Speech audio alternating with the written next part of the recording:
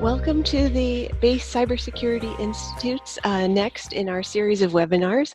Today we'll be talking about advanced botnet research, and we'll be combining that with marketing and how do we communicate about cybersecurity.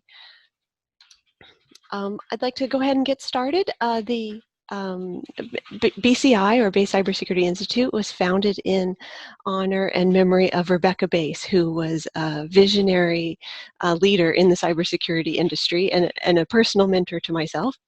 And we've really come together as a group of about, a small group of people that knew her and wanted to continue on her legacy and really believe that we need to do different things in cybersecurity in order to make a difference. And so these webinars have been put on by our members and our speakers who are speaking today, and our volunteers that make this possible. So I really want to give a big thanks to them. The first half of our talk today is about advanced research in botnets, which is a type of cybersecurity topic that I love to log into and watch and am really interested in hearing more about. But I think there's a bigger question here as to what types of cybersecurity information do different participants or different users in the field need to know about. And so I'd also like to have us think about, while we're listening to these webinars, about what pieces of cybersecurity information need to go to what types of users. And there's sort of two different philosophies on this.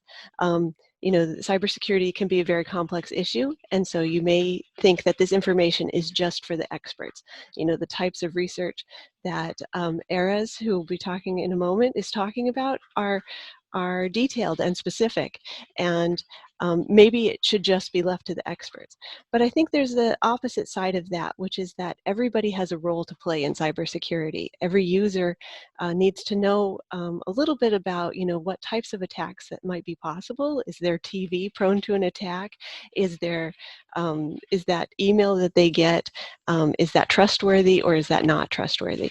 And so I think there's two sort of opposite ends, and somewhere in the middle is what we need to communicate and share.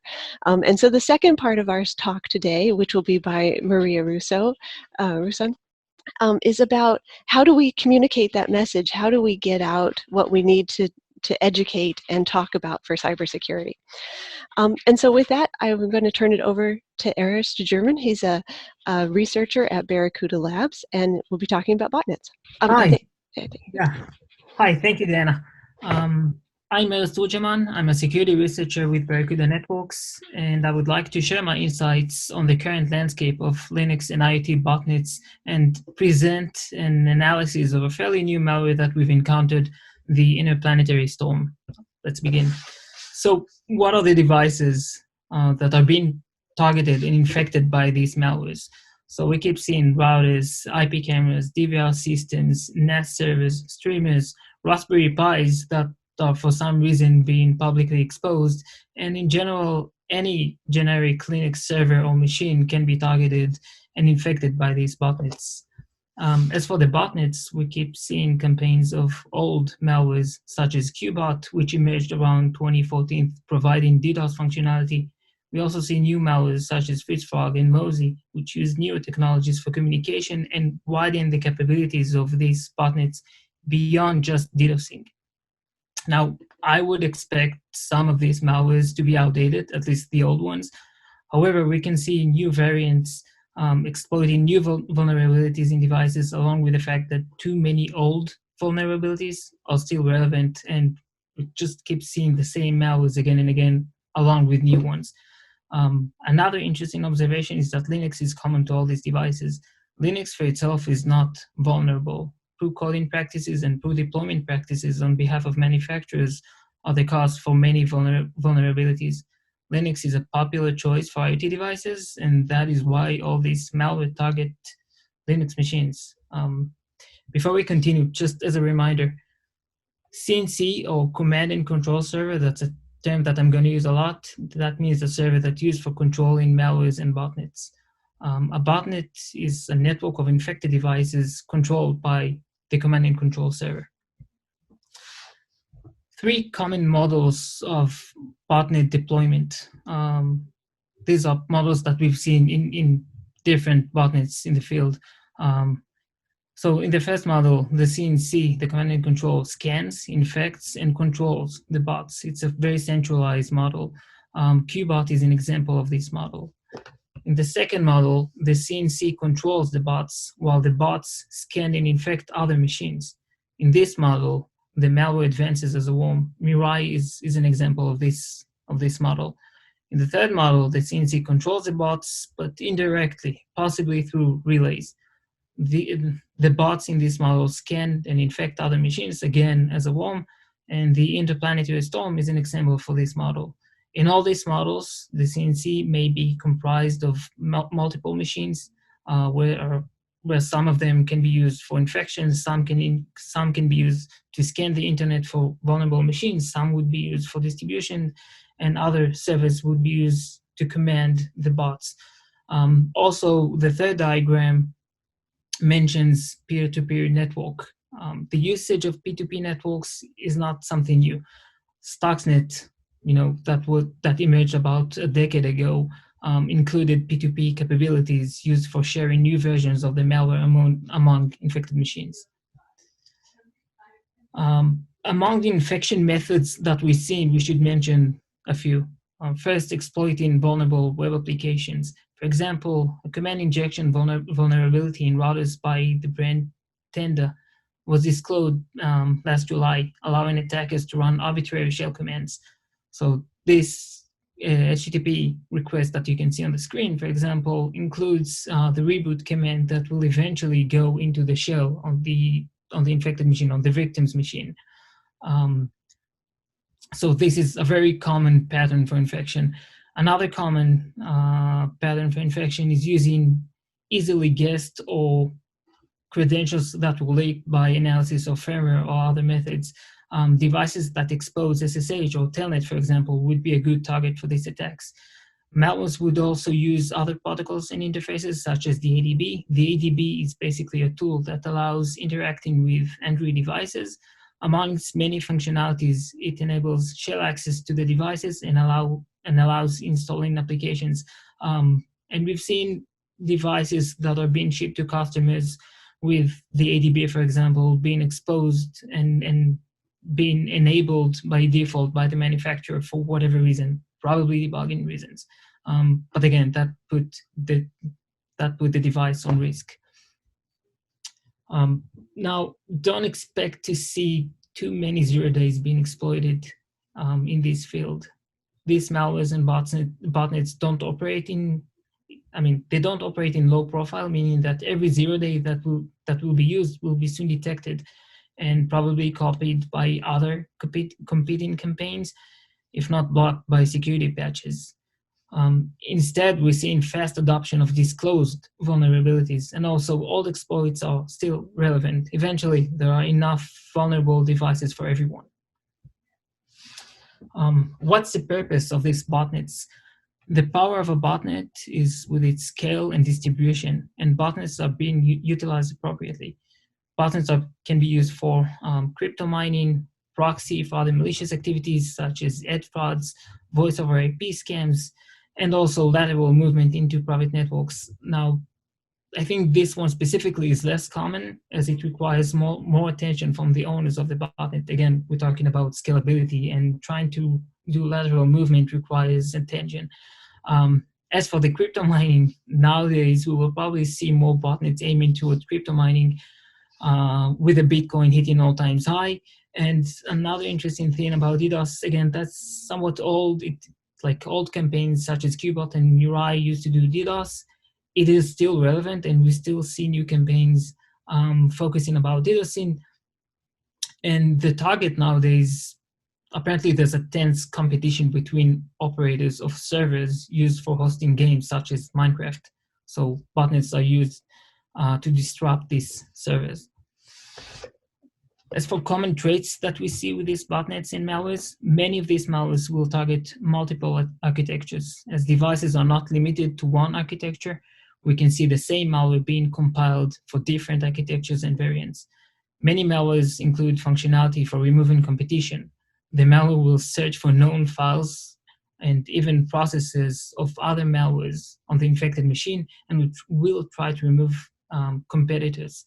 I don't know. I find it crazy to have turf wars running on a very poor streamer. So it's, again, gangs will fight each other on your device.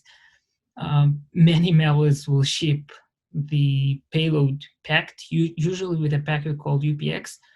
For itself, UPX is not malicious and it is being used legitimately by other applications. The usage of packers serves two purposes. One is to minimize the code, reducing the footprint of the malware. The second is obfuscation, which makes analysis, or at least manual static code analysis, a bit more tedious. I mean, it won't block anything, but it makes things a little harder to analyze. Another commonality is the initial payload used by all these malwares. The idea is to use basic tools on the victim's machine in order to download the malware itself. Curl and wget are common command line tools found in Linux distribution and can be used in order to download files. So the majority of initial payloads that we see use one of these tools. Now, I would like to talk about our analysis of a malware called Interplanetary Storm. Early variants of this malware was spotted about 18 months ago and analyzed by researchers from a company called Anomaly. Those early variants were targeting Windows machines. During last September, we started seeing activity from this botnet again. This time, the malware was targeting devices running Linux, Android, and macOS. Bear in mind that Linux and Android runs on Linux, so whatever you write to Linux will probably run on Android, and macOS and Linux belong to the same family of operating system, Unix, so it's fairly easy to develop and build one application that will easily be ported to each one of these distributions or OSs. During the last week, for example, we've spotted about 10,000 verified infected machines, so we can still see new infections, and the botnet is definitely active. The botnet is used mainly as a proxy for other malicious activities. A few features of this malware. It is based on a peer-to-peer platform called IPFS. It targets multiple platforms and architectures. As we've seen, it's been compiled for many devices. It provides a backdoor shell. It provides a proxy service based on the SOX 5 protocol. It provides a file transfer functionality allowing to drop other files into the infected machine. It tries to detect and disable antivirus and competing malwares running on the infected system. It can also tries to detect and avoid honeypots. Okay, so during the scanning infection step of the malware, if it notices that it's running on a honeypot, it will move back and do nothing. It's worth mentioning that this malware is written in Go. Go provides an extensive ecosystem in general. For example, this malware uses an open source project written in Go for its SOX 5 implementation. Go makes it easy to cross-compile from multiple operating systems, and it truly is a trend. We can see it becoming a trend among malware creators. Recall the different models of botnets that we've seen earlier. This botnet uses a peer-to-peer network for handling communication between bots and the command and control server. The latest variant uses known SSH credentials in order to infiltrate into vulnerable machines. The command and control server orders infected machines to try a set of credentials against a target. If it succeeds, it will download the payload and the target will become part of the botnet. It can also use the ADB protocol I mentioned earlier in order to target Android devices and download the payload. So as I mentioned, it uses a peer-to-peer network called IPFS. It uses that for communication between the bots and the CNC server.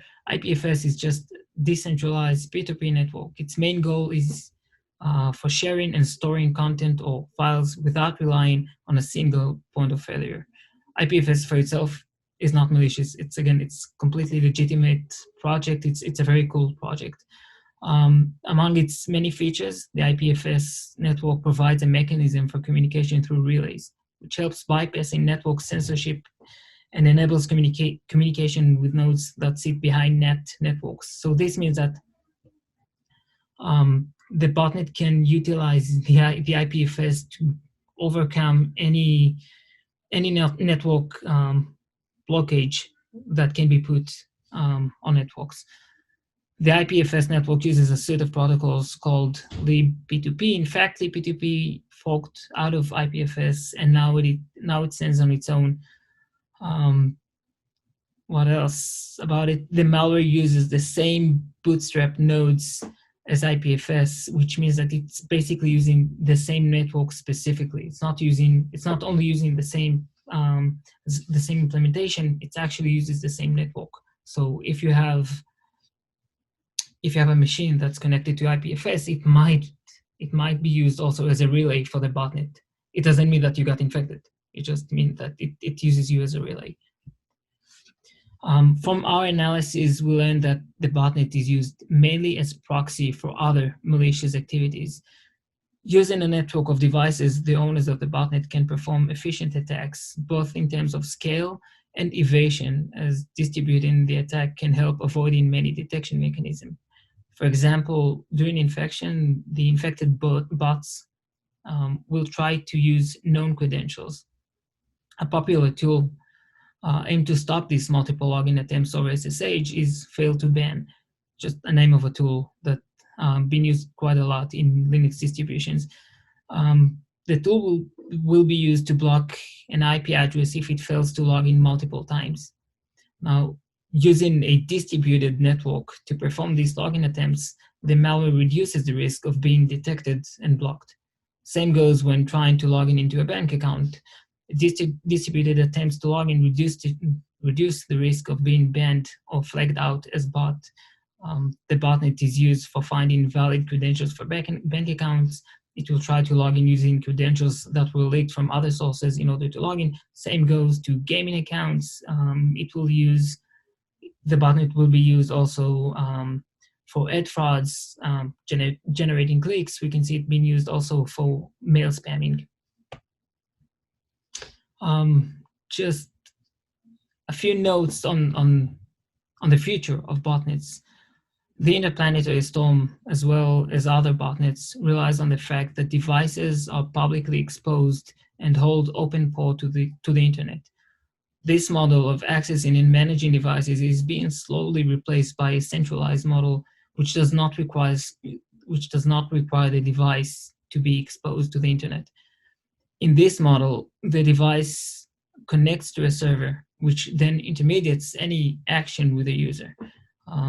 This trend starts with high-end devices. For example, my home router is made by Google, and the only administrative access that I have to it is through a mobile app, which communicates with the device through some intermediate server, which means that I can't just go to 192.168.1.1 and see the administrative web app. It doesn't exist. So of course, this model goes well with subscription-based business models.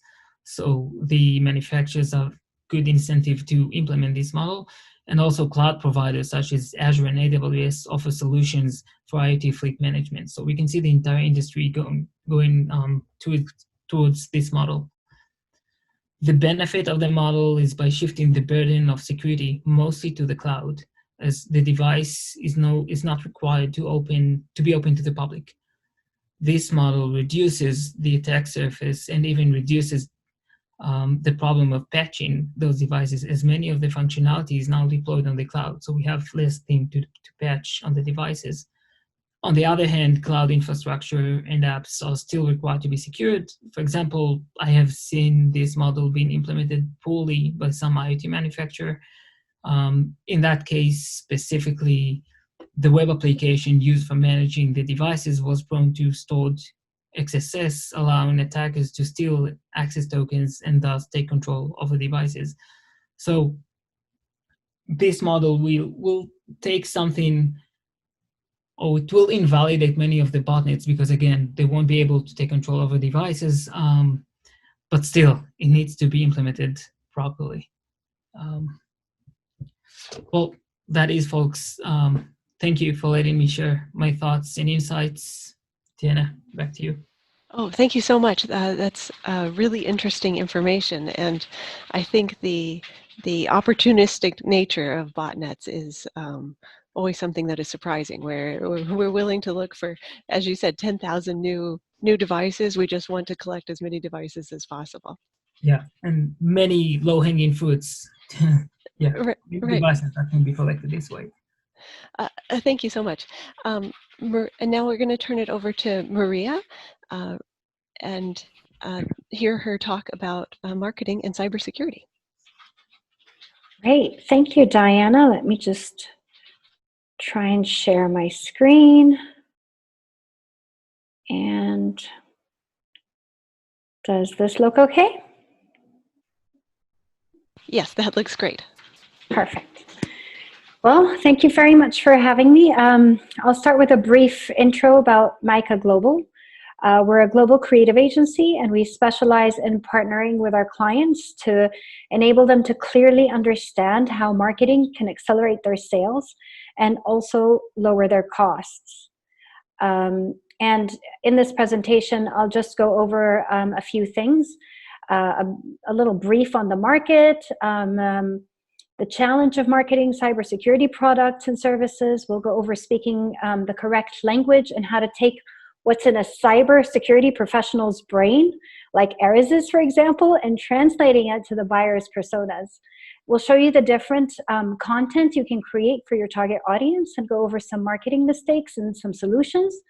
And then I'll show you a quick example of a guerrilla marketing campaign that we created for a client to market to their partner. And in the end, I'll show you what you should expect your marketing team to give you.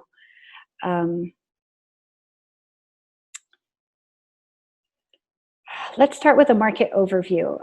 The cybersecurity market was valued at about 161 billion in 2019. It's expected to reach around 134 billion by next year and to triple by 2025. Asia Pacific is expected to have, sorry, I skipped. Did I skip one? That's the slide, I'm sorry. Asia Pacific is expected to have the highest market growth for cybersecurity, and India accounts for 37% of the global breaches. And then South Korea is also becoming a large target for attacks due to the large number of connected devices and their intellectual property. For cybersecurity firms, scaling and accelerating sales can be incredibly challenging. The marketplace is oversaturated with companies that claim that their technology or service can fix anything and it can protect you from absolutely everything. We know that many cybersecurity companies solve the same problems and protect their customers in mostly similar ways. So the potential customer gets confused by all the sales noise. So we have to find a way to break through that noise.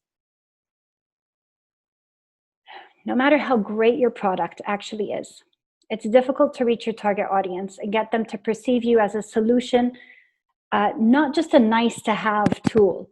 Many companies are competing for the attention of the same target audience. Potential customers, especially in the SMB space, they need to be educated about the potential threats and the need for threat mitigations. You may not need to do that for like CIOs or CISOs, but most SMBs don't even have these positions and rely on IT managers, CEOs, or founders or managing directors even to realize that there are threats and make decisions to protect the company data. So there are about 6,900 languages spoken in the world today. But we have some forms and methods that we use that are understood by everybody, like music and like math. 1 orange plus 2 oranges equals 3 oranges. It's very simple and straight to the point. So this, sorry.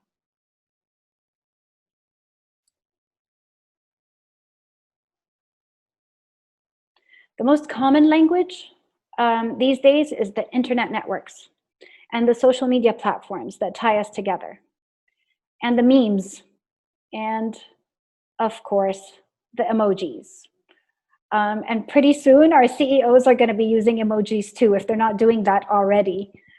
Now, this is what regular people like me think cybersecurity professionals' brains look like or function as. And I hope brains are made up of a big ball of wire. And everything is connected to everything. Everything's connected to everything.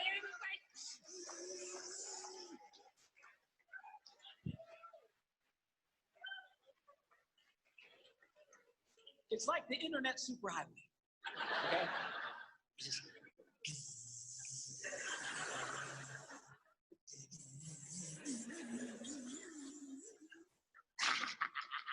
okay.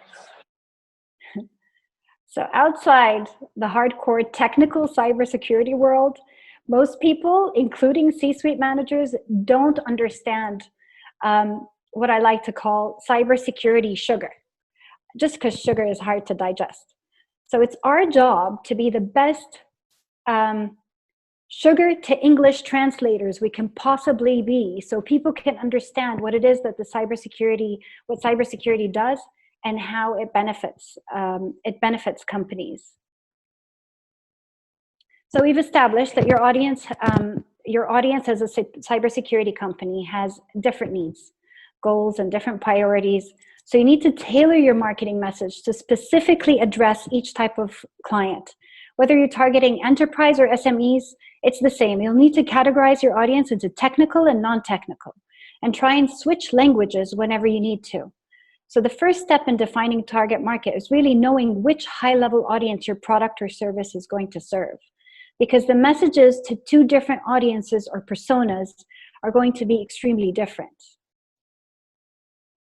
So a buyer persona is basically a fake or like a made-up person that would be your ideal customer. Most companies with good marketing will always have multiple buyer personas to accommodate different like job titles, different industries, or some sort of key differentiators. So understanding your personas, where they hang out, what social media channels they use, their age, their gender, and even what sort of language they use to talk about cybersecurity will help you determine what kind of campaigns to put together that strike their interest, what sort of medium or social media channels to use in order to create a successful campaign that accelerates your sales. In the end, it is all about supporting your sales. Look at Jerry. He's 39 years old. He's a CISO working at a tech startup that's about to go public. He's been in his current role for less than 3 years, but he's been in IT security and risk management for over 10 years.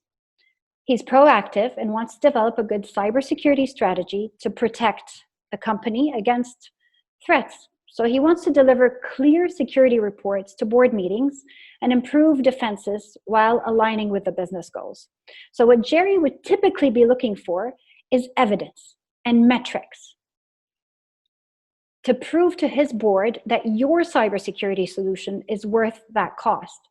He'll research and he'll evaluate and he'll benchmark your products to make sure he chooses the best and most cost-effective solution to meet his company's needs.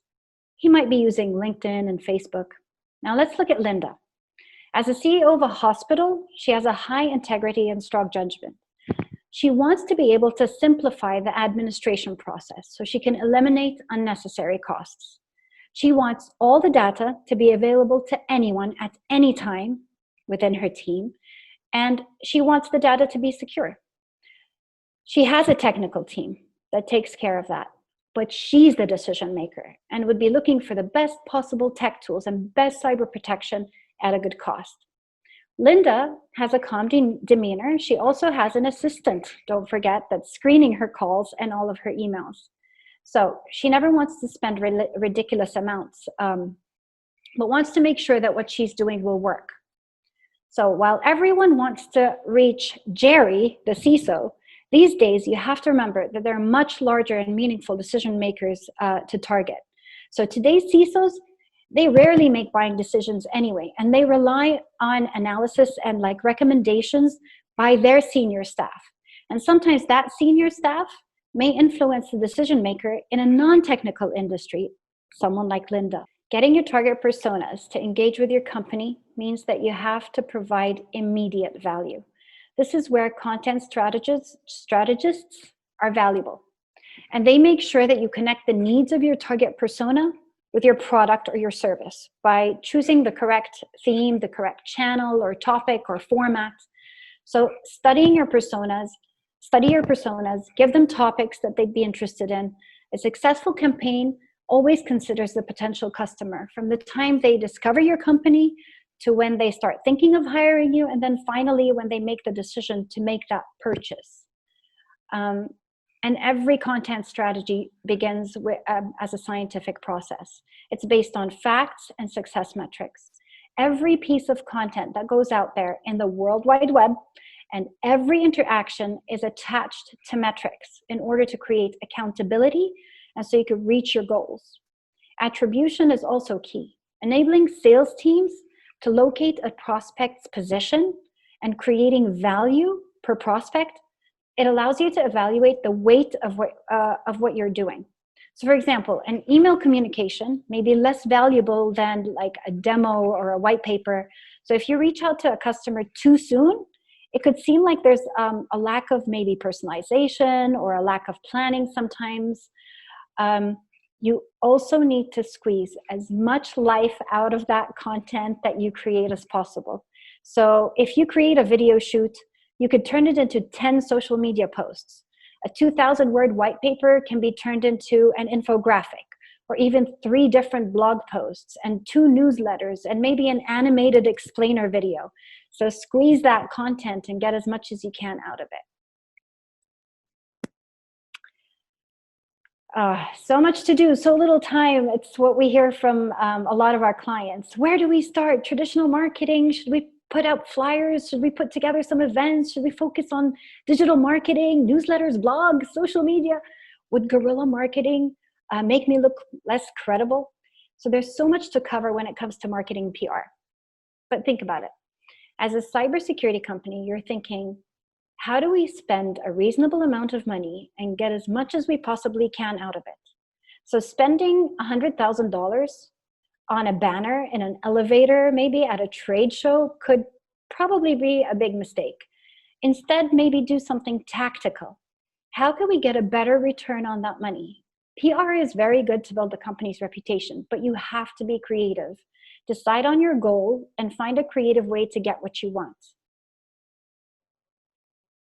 The types of content that you can create vary. And what happens is there are difficult and expensive content that are very effective, which is ebooks, white paper, probably viral campaigns, and then it goes down. So the idea is to actually try and do as much as possible of content that is affordable, starting with press releases for the industry news, maybe some blogs, some email shoots, and we go on from there. And here's a little example of something that we did for Port 53. They're a company that delivers enterprise-grade cloud delivered solutions through Cisco's leading security offerings, which is Cisco Umbrella. Now, this guerrilla marketing campaign was created outside RSA this year in order to strengthen, basically, to get the attention of Cisco.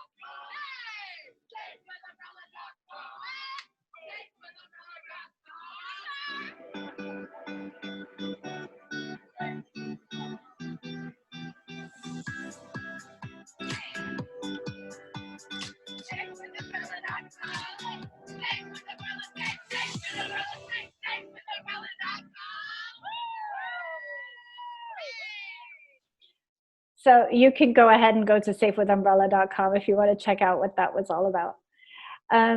Let's start with a couple of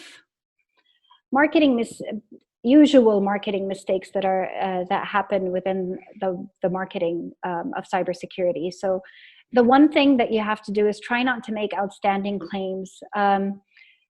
Cybersecurity professionals know that nothing's 100% secure. So try not to over-exaggerate what your company's results are, and making claims that your software can't be hacked is like putting a target on your back and challenging hackers to test it.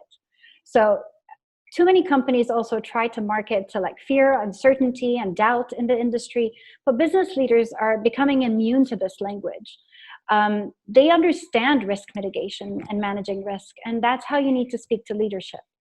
And understanding the value of what you're trying to protect and how much you want to spend to protect it is what you need to explain to your target personas. So the biggest mistake is to try and sell to everybody. Understanding your buyer is important, and keeping in mind that there are probably another 100 companies that are competing for their attention. And make sure you clearly know that what your security sectors are. Are you doing network security, endpoint, cloud, data protection, etc.? Choosing the correct content is crucial. It needs to be relevant and educational. Give content that's quick and straight to the point, and allow your target audience to open dialogue with your sales team and ask questions. One very important marketing tactic is to allow your customer to speak for you. So case studies or even video testimonials are valuable to show that your product actually works. So don't just tell them, show them. And use that gem called social media. Check out the hashtags. Check out what cybersecurity professionals are talking about, and make sure you're up to date with all of the cybersecurity news.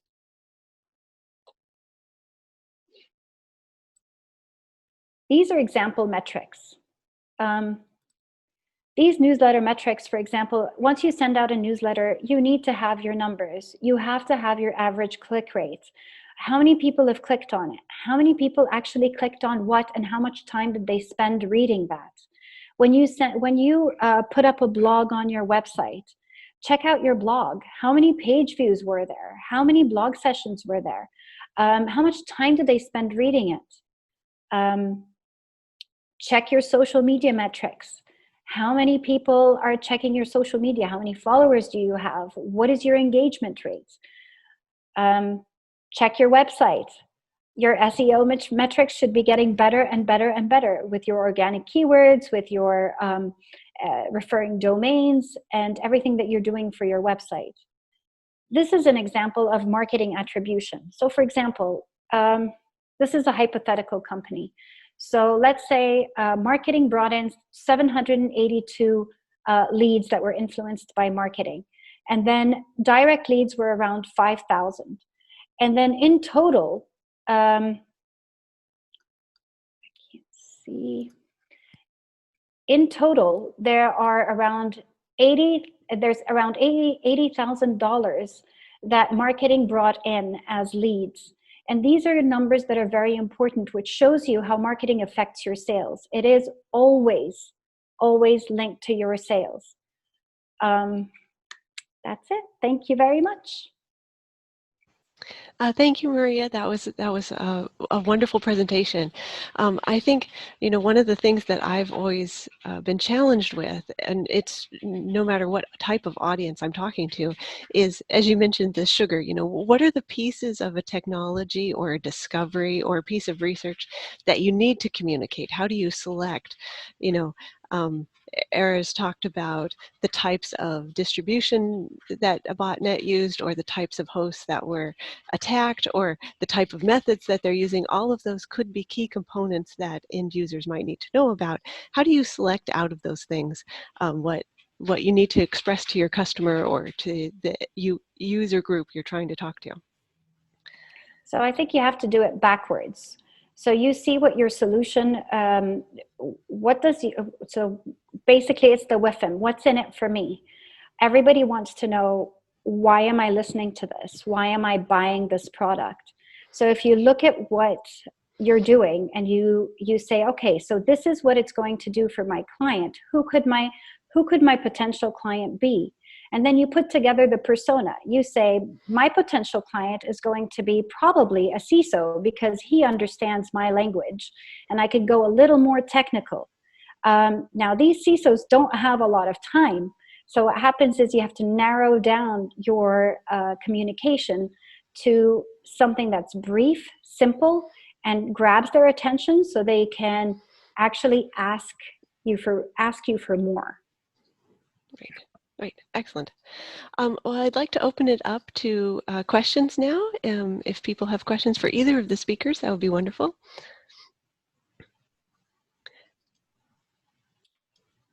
I'd like to ask a question to Maria, if I could. Go ahead, Mark. So, Maria, sometimes, and you've talked about this in other settings,